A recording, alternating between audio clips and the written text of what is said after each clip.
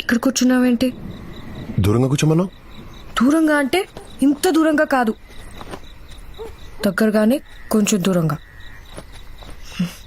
ఆడువారి మాటలకు అర్థాలే వేరులే, అర్థాలే వేరులే.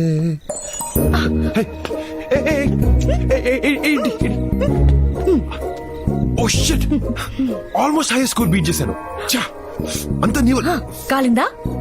నువ్వు నా బుక్ లో క్లైమాక్స్ చెప్పినప్పుడు నాకు కూడా ఇంతే